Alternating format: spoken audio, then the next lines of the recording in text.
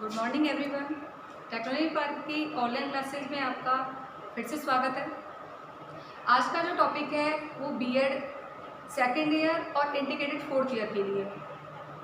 हम सभी परावर्तन के बारे में पढ़ रहे थे। परावर्तन का सामान्य अर्थ, उसकी विशेषताएं बता चुके थे। आज शिक्षक के लिए परावर्तन क्यों आवश्यक है उसके लिए क्यों लाभदायक है उसके बारे में आज पढ़ेंगे। तो परावर्तन का सामान्य अर्थ आपको बताया था कि परावर्तन जैसे एक प्रकाश, जब प्रकाश शीशे पे पड़ता है तो वो प्रकाश शीशे पे पड़ के वापस उस प्रकाश में लौटकर आ जाता है। तो उसी प्रकार से एक शिक्षक जब परावर्तन का अभ्यास करता है तो वह अभ्यास विकसित होकर लाभ के रूप में उस तक वो वापस आ जाता है। इसीलिए एक शिक्षक को अपने परावर्तन के अभ्यास करते रहने चाहिए। एक शिक्षक जब अपने कार्यशैली में अभ्यास करता रहता है तो वो अपने कार्यशैली को और अधिक श्रेष्ठ और विकसित बनाने में सक्षम बन जाता है। तो कुछ बिंदुओं के माध्यम से हम ये जानने का प्रयास करेंगे एक शिक्षक के लिए परावर्तन से या उसके अभ्यास से उसे क्या क्या लाभ हो सकते हैं।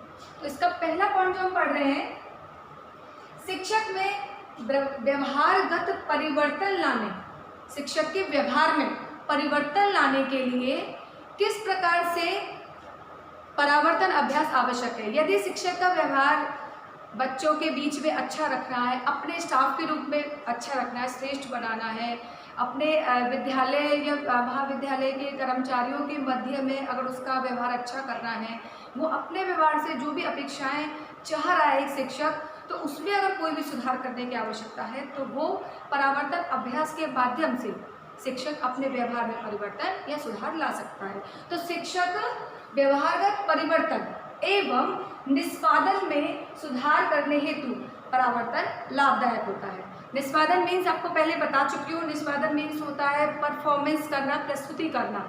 एक बालक जब अपने पाठ की प्रस्तुति करता है, अपने कार्य की प्रस्तुति करता है, तो हम यहाँ शिक्षक की बात करें तो शिक्षक अपनी प्रस्तुति, अपना परफॉर्मेंस कैसे देता है? अपने शिक्षण कार्य के माध्यम से। यदि शिक्षण कार्य में किसी भी प्रकार की त्रुटि होती है और उसे वो महसूस हो जाती है या किसी अन्य शिक्षक कर्मचारी या किसी अन्य अपने व्यक्तियों के माध्यम से जब उसे ये पता चलता है कि उसके परफॉर्मेंस में, उसके प्रस्तुतिकरण में किसी भी प्रकार की त्रुटि है, तो अभ्यास परिवर्तन के माध्यम से वह उसमें सुधारात्मक प्रक्रिया करके और उसमें अपने कार्य को विकसित कर सकता है, अपनी शिक्षण शैली को विकसित कर सकता है। सेकंड पॉइंट है परावर्तन अनुभव द्वारा सीखने की प्रक्रिया। परावर्तन क्या है? अनुभव द्वारा सीखने की प्रक्रिया है। कोई भी शिक्षक जब तक कार्य करेगा, कार्य में अपने कार्य क्षेत्र में दिन प्रतिदिन कार्य करेगा, उसके दिन प्रतिदिन कार्य करने की क्षमता में विकास होता जाएगा। जब वो अन्य लोगों को कार्य करते हुए देखता है, अपने से श्रेष्ठ व्यक्ति को कार्य करते हुए देखता है। श्रेष्ठ मीन्स अगर एक शिक्षक उसका जो बड़ा अध्यापक, वरिष्ठ अध्यापक है, या वो बोले कि 4 साल पहले उससे ज़्यादा काम कर चुका है, या वो बोले कि वो 5 महीने ही पहले ही आया हो, उस शिक्षक से पहले या 1 दिन पहले ही क्यों ना आया हो, उसके पास 1 दिन पहले का एक्सपीरियंस ज़्यादा होगा उस शिक्षक की अपेक्षा।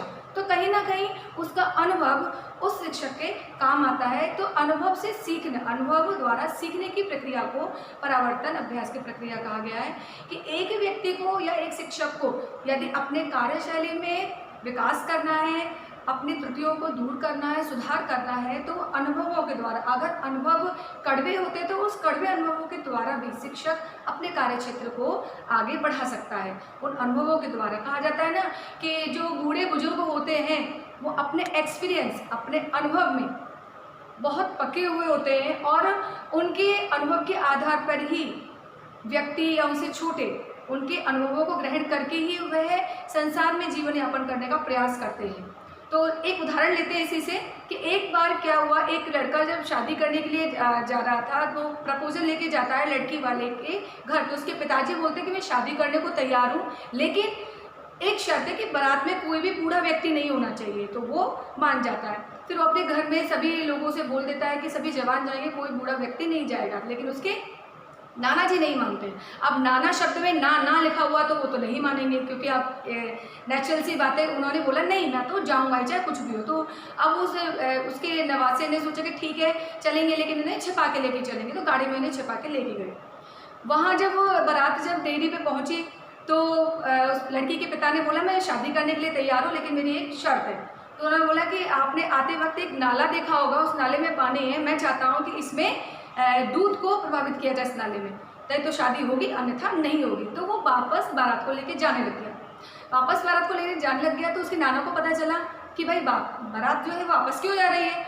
तो उसने बोला कि भाई ऐसे ऐसे मुझे बोला गया कि नाले में दूध को बहाना है पानी की जगह पे। तो उसने बोला कि बोल दो, जाके बोल दो लड़की के बाप से कि हाँ हम दूध के नाले को बहाने के लिए तैयार हैं, लेकिन उसको ये बोलना कि हम तैयार हैं, लेकिन पहले तुम पानी निकालने की व्यवस्था तो करो, हम तो दूध को प्रभावित कर देंगे। अब जैसे ही लड़के ने जाके लड़की के पिता से ये बात बोली तो उसने बोला निश्चित ही इस बारात में पता करो कोई ना कोई बूढ़ा व्यक्ति जरूर आया है, क्योंकि उसका अनुभव बोल रहा है कि इसके पास वो ज्ञान वो क्षमता है ही नहीं जो इस तरह से उस बात को कह सकता है।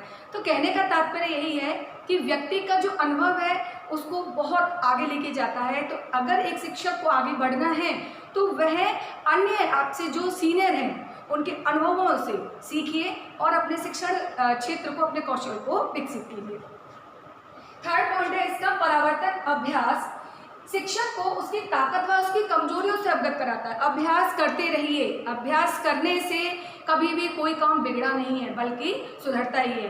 तो यहाँ परावर्तन अभ्यास कार्य शिक्षक को ये बताता है कि उसकी ताकत क्या है। उसे ये लगता है कि वह अपनी बातों को दूसरे के समक्ष कहने की क्षमता अच्छी है, उसकी अभिव्यक्ति अच्छी है, वह अपने विचारों को बड़ी आसानी से दूसरों के समक्ष कह सकता है, तो वो उसकी ताकत है। वो अपने बिंदुओं को बहुत आसानी से समझा सकता है, वो उसकी ताकत है। लेकिन उसकी कमजोरी अगर ये है कि मैं उदाहरणों का प्रयोग नहीं कर पाता, तो वह अपनी कमजोरी को दूर करे। वह सरल और सहज शिक्षण विधियों का प्रयोग नहीं कर पाता, तो वह उन शिक्षण विधियों को प्रयोग करे जिससे कि उसका जो पॉइंट है, टॉपिक है, बिंदु है, वह और आसानी और सरलता से बच्चों तक पहुंचा सके। तो परावर्तन अभ्यास प्रक्रिया से शिक्षक की ताकत और उसकी कमजोरी दोनों का ही पता चलता है, जिससे कि वह उसमें आसानी से कार्य करके अपने शिक्षण कार्य को अधिक बेहतर बना सके। लास्ट पॉइंट है इसका परावर्तन अभ्यास शिक्षक की स्वयं की शिक्षण शैली को गहराई से जानने का प्रयास करता है। कि परावर्तन अभ्यास से शिक्षक को ये पता चलता है कि उसकी स्वयं की जो शिक्षण शैली है वो कैसी है। यदि उसमें किसी प्रकार की कोई कमी है तो उसे दूर करने का प्रयास करता है, और यदि अच्छी है तो उसे और बेहतर करने का प्रयास करता है, क्योंकि अभ्यास कभी भी बेकार नहीं जाता। एक व्यक्ति अगर रेगुलर अभ्यास करता रहे, क्योंकि कभी व्यक्ति ये नहीं बोले कि मैं तो सब कुछ सीख गया, मुझे सीखने की आवश्यकता नहीं है। प्रैक्टिस हमेशा करते रहने चाहिए। अगर शिक्षक को बेहतर शिक्षण कार्य को बेहतर बनाना है तो हमेशा अभ्यास करते रहना चाहिए। तो बेटा आज हमने शिक्षक के लिए अभ्यास या परावर्तन के क्या लाभ है उसके बारे में डिस्कस किया था। नेक्स्ट टॉपिक नेक्स्ट वीडियो में, तब तक के लिए थैंक यू।